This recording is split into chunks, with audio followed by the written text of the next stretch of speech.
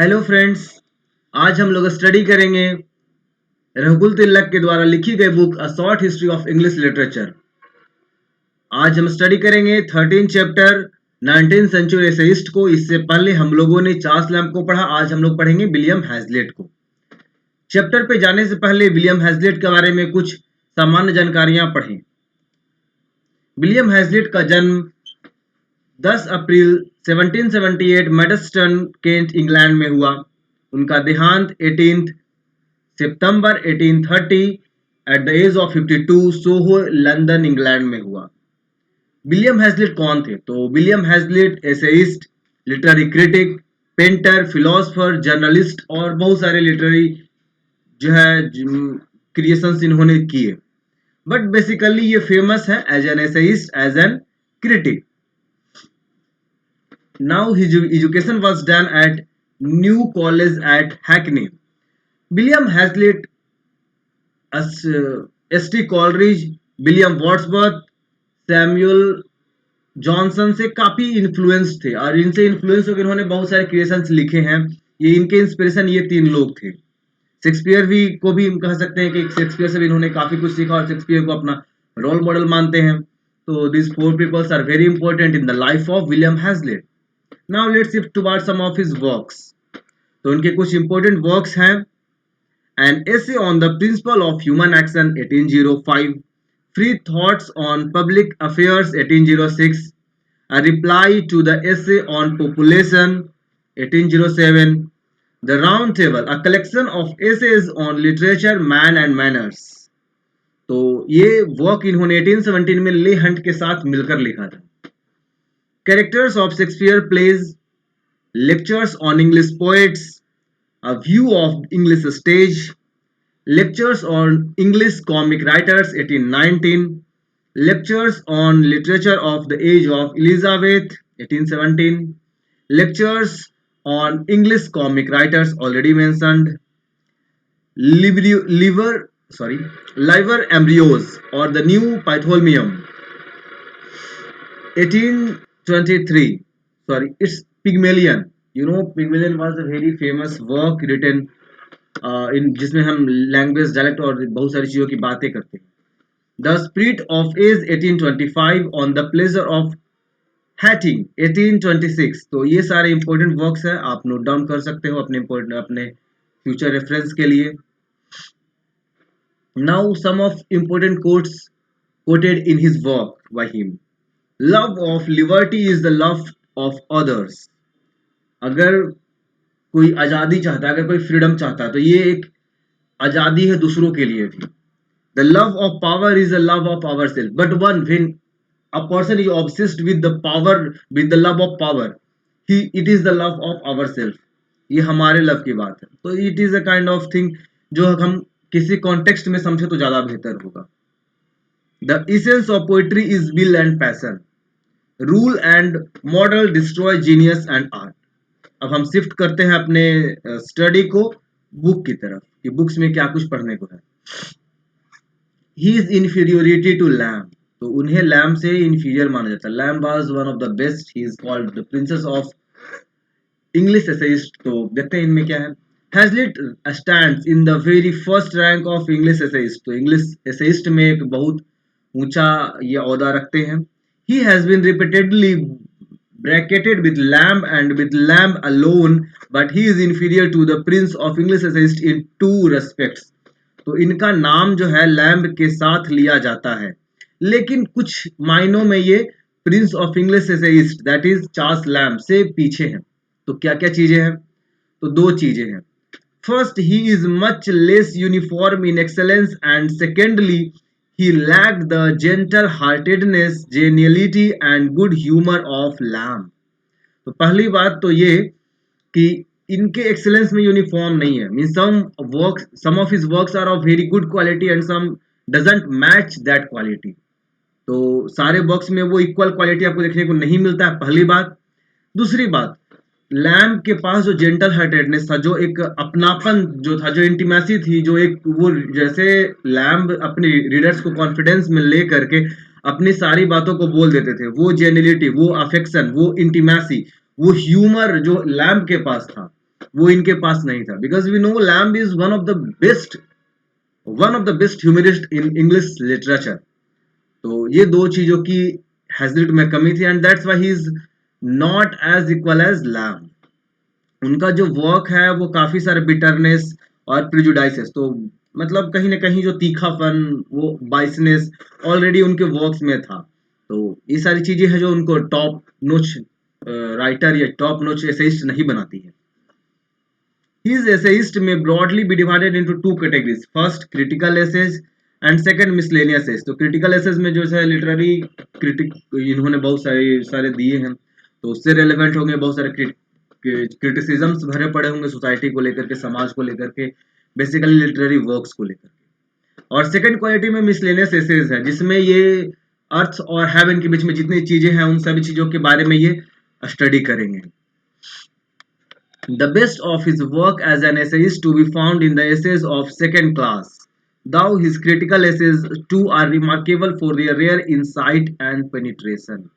तो उनके जो लिटरेरी एसेज हैं उनमें काफ़ी इंसाइट है, काफ़ी नॉलेज है और काफ़ी डीप मीनिंग्स के साथ भरा पड़ा है। ऑल्दो जिस तरह का ये सब्जेक्ट्स लिखते हैं, क्रिटिकल एसेज लिखते हैं, मिसलेनियस एसेज लिखते हैं, तो इस लिहाज से, इस तरीके से जो फर्स्ट रैंक ऑफ एसेइस्ट हैं जैसे कि लैम्ब, और जिस तरह के लैम्ब लिखते हैं वो कहीं ना कहीं इंटीमेट है, क्लोज टू द रीडर है, और काफ़ी एक एफेक्शनेबल मैनर में लिखा हुआ वर्क है, तो उसको फर्स्ट रैंक ऑफ एसेज में रख सकते हैं। लेकिन ये जो क्रिटिकल एसेज लिखते हैं, ये जो मिसलेनियस एसेज लिखते हैं, जिसमें ये आम लोगों की बात करेंगे और बिटरनेस और प्रेजुडाइसेस से भरा पड़ा है, तो इस मायने में हम कह सकते हैं कि सेकेंड क्लास ऑफ एसेज में ये टॉप नोच राइटर है। टॉप नोच means top rank of anything. So second, coming to the second aspect, तो his wide range and variety. तो उनके जो एसेज होंगे वो काफ़ी वाइड रेंज होंगे, काफ़ी वेराइटीज होंगी उनके एसेज में। तो his essays reveal the wide range and variety of his interest. तो उनका इंटरेस्ट क्या है, काफ़ी वाइड है, काफ़ी वेरिड है, तो वो डिफरेंट चीज़ों पे लिखेंगे। तो ये सारी चीज़ें हमें उनके एसेज में देखने को मिलेंगे।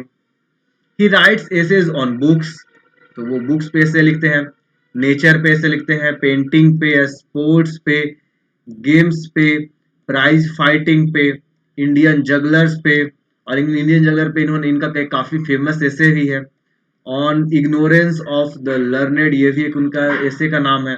तो in short, on practically every topic between heaven and earth, तो आसमान और धरती के बीच में जितनी चीजें हैं ये उन सारी चीजों पे लिखे हैं।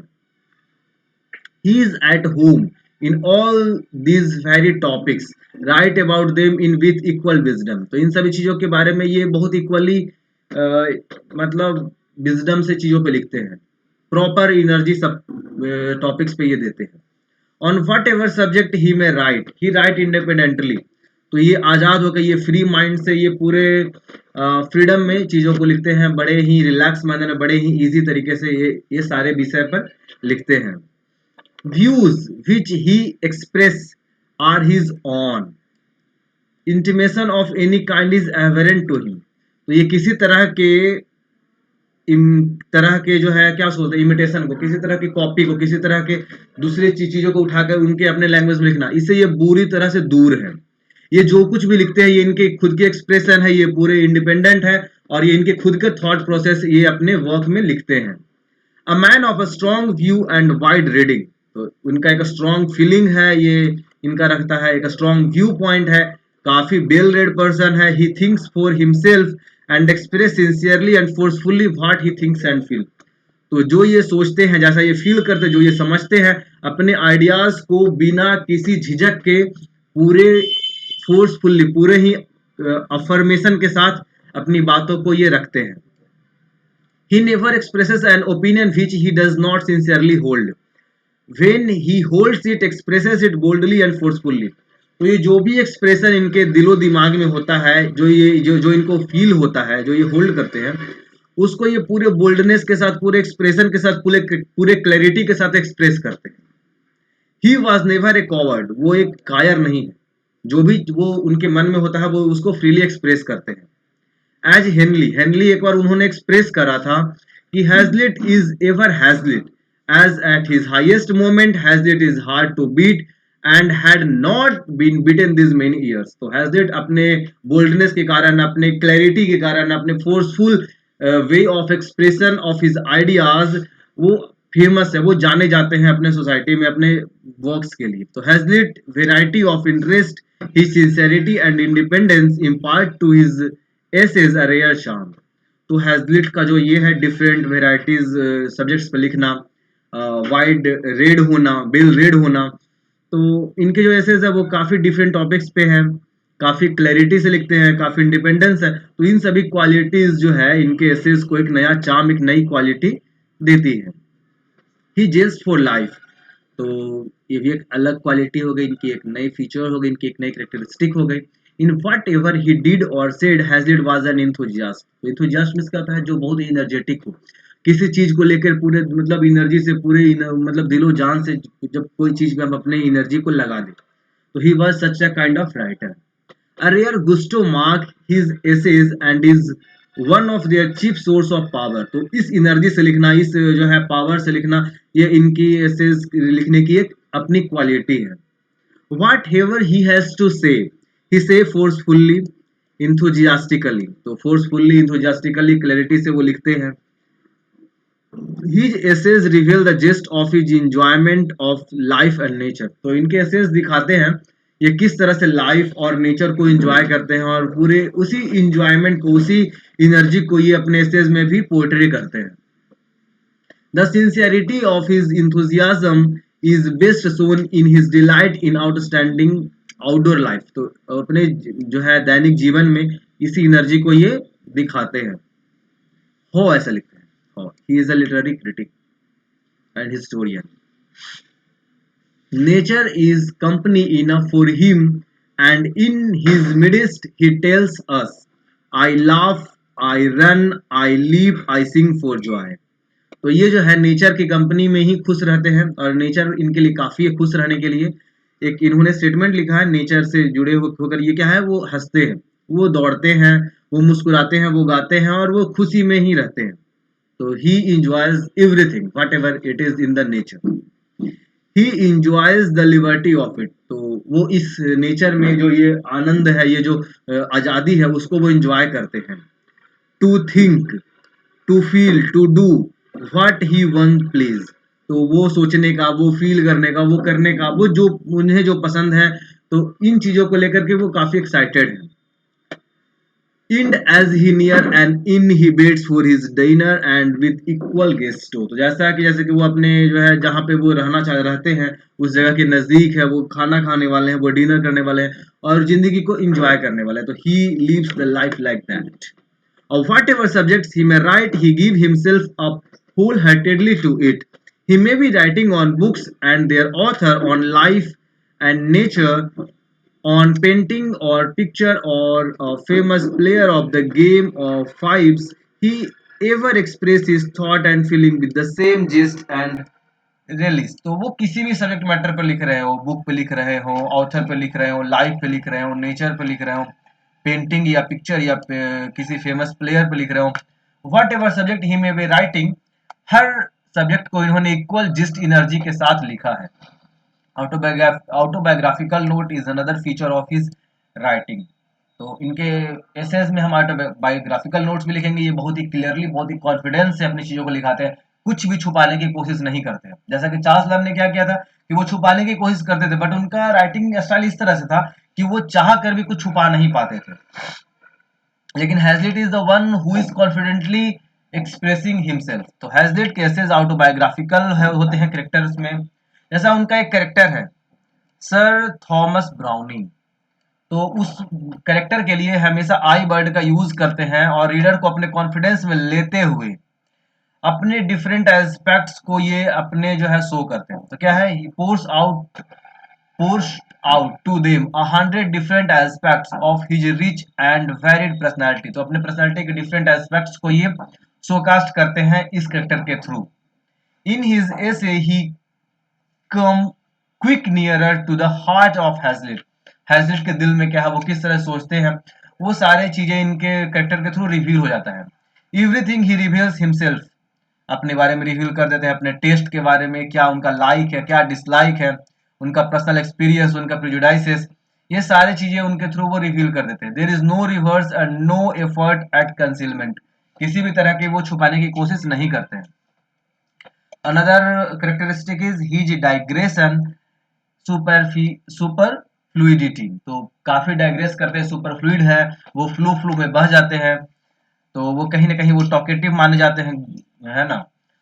उनका जो पर्सनल एसेज है उसमें वो काफी टॉकेटिव है, जो कि उनके एसेज को एक नया चार्म और एक नया इंटरेस्ट देता है, तो it is kind of positive.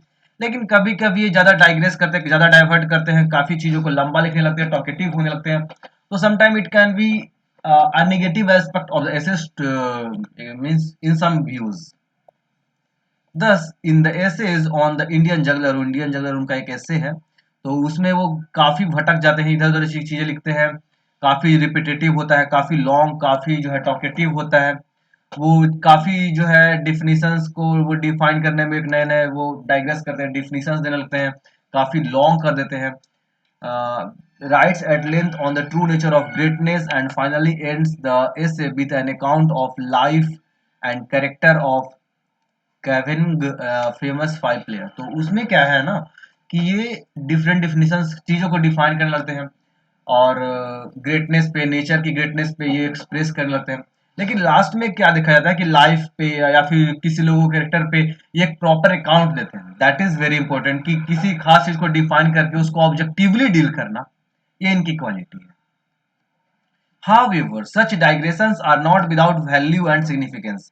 Digression तो है इनके वर्क में, लेकिन उस डाइग्रेशन में कुछ वैल्यूज है, कुछ सिग्निफिकेंस है, उसका कुछ महत्व है, तो ये सारी चीजें भी उनके साथ जुड़ी हुई है। That is a real quality कि ऐसे हम पढ़ रहे हैं और उसमें हमको कुछ क्वालिटीज भी मिल जाए, तो दैट इज गुड थिंग, और ये हमें इनके वर्क में देखने को मिलता है।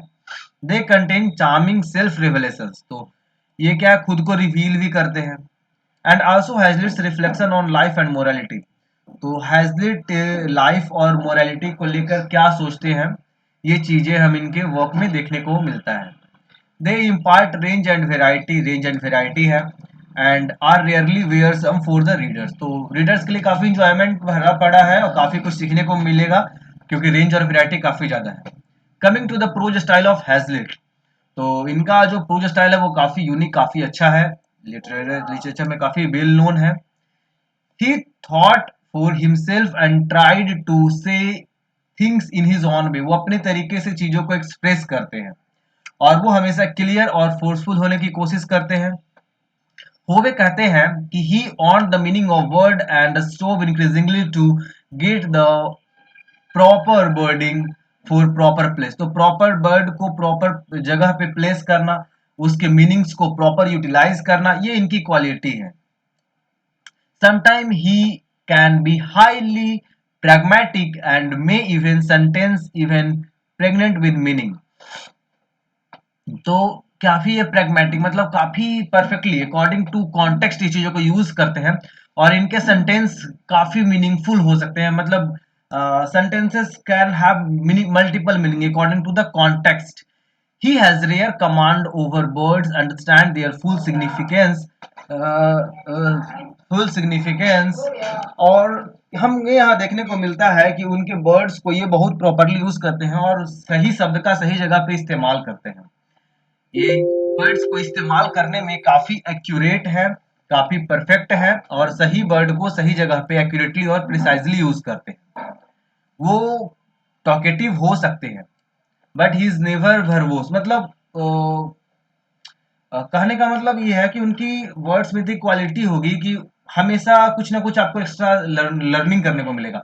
May be it's kind of talkative, but उनकी क्वालिटीज से आप कभी कॉम्प्रोमाइज नहीं कर पाओगे, मतलब हमेशा वो कभी क्वालिटी से कॉम्प्रोमाइज नहीं करते हैं। Sometimes his description he does not go forward but moves round and round if in a circle, तो कभी कभी वो स्ट्रेट फॉरवर्ड चीजों को नहीं कहते हैं, बल्कि वो सेम चीजों को वो है ना round and round like a circle वो एक्सप्रेस करते हैं। For a time the thought seems not to find phrases turn of emotions, quotation extra are thrown into the air like balls by a juggler, तो ये चीजें जो मैंने बोला कि कभी कभी वो स्ट्रेट फॉरवर्ड ना होकर के चीजों को राउंड राउंड घुमाते हैं, जिसमें लिटरेरी क्वालिटीज आपको देखने को मिलेगा। तो ये चीज उनके वर्क में देखने को मिलता है। उनका एवरी जो फ्रेज है, उनका जो एवरी जो वर्ड है, वो काफी जो है रैपिडली और स्टिलनेस के साथ बढ़ता है, और काफी क्वालिटीज आपको इसमें देखने को मिलेगी। This happens when Hazlitt is writing on subjects like nature cannot be reduced to formal words। तो वो उनके हिसाब से जो है नेचर को हम फॉर्मल वर्ड्स में एक्सप्रेस नहीं कर सकते हैं, उसके लिए जो है एक प्रॉपर फीलिंग और प्रॉपर प्रिसीजन की जरूरत है। तो नेचर वगैरह को वो प्रॉपर फीलिंग और प्रिसीजन के साथ इसको एक्सप्रेस करते हैं। तो ये चीजें जो है रीडर्स को काफी कॉन्फिडेंस देता है, और रीडर्स जो है वो उसको पढ़ते चले जाते हैं, and readers get carried away through his work. तो क्या फॉल्ट्स है उनके राइटिंग के? तो उनका जो एक्सपोजिटरी स्टाइल है, उनका जो एक्सप्लेनेटरी स्टाइल है, मतलब ये चीजों को एक्सप्लेन करना, काफी डिस्क्रिप्शन देना, काफी डिटेल वे में चीजों को एक्सप्रेस करना, ये कभी कभी निगेटिव हो जाता है। तो वो काफी ज्यादा कोटेशंस का यूज करते हैं जो कि काफी रिपीटेटिव होते हैं, कभी कभी मतलब गलत जगह पे भी यूज कर दिए जाते हैं। तो ये सारी चीजें जो है उनके क्रिटिसिज्म के लिए लोग यूज करते हैं, लोग क्रिटिसाइज करते हैं इन चीजों को। But he can not help using them, for they they are as much as a part of it.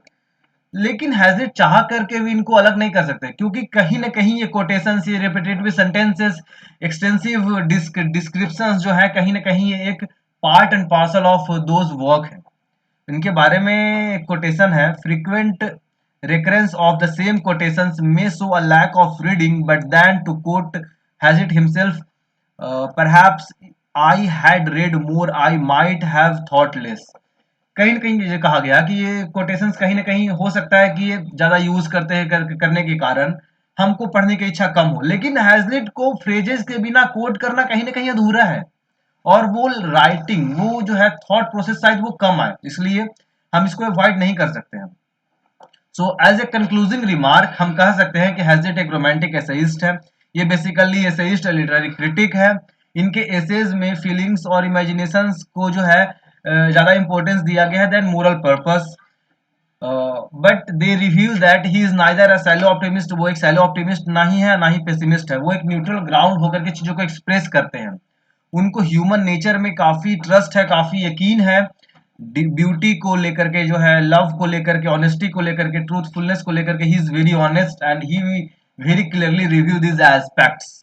Nature को बहुत ही मतलब क्लोज से ये फील करते हैं और उसको एक्सप्रेस करते हैं। This is why the appeal of his essays has been universal. उनके एसेज की जो है काफी यूनिवर्सल अप्रोच है, उनका एनर्जी, उनका अप्रोच जो है वो काफी इन्फेक्शियस है, वो हर जगह फैलने वाला, काफी इन्फ्लुएंसिंग है। इस कारण से उन्हें काफी एडमायर किया गया, और उन्होंने कभी किसी को इमिटेट करने की कोशिश नहीं की। Whatever he wrote it was all original to him. So I hope you enjoyed the lecture. So thank you. Meet you in the next lecture with another prose essays, essayist like Dick Quincy and other. Thank you.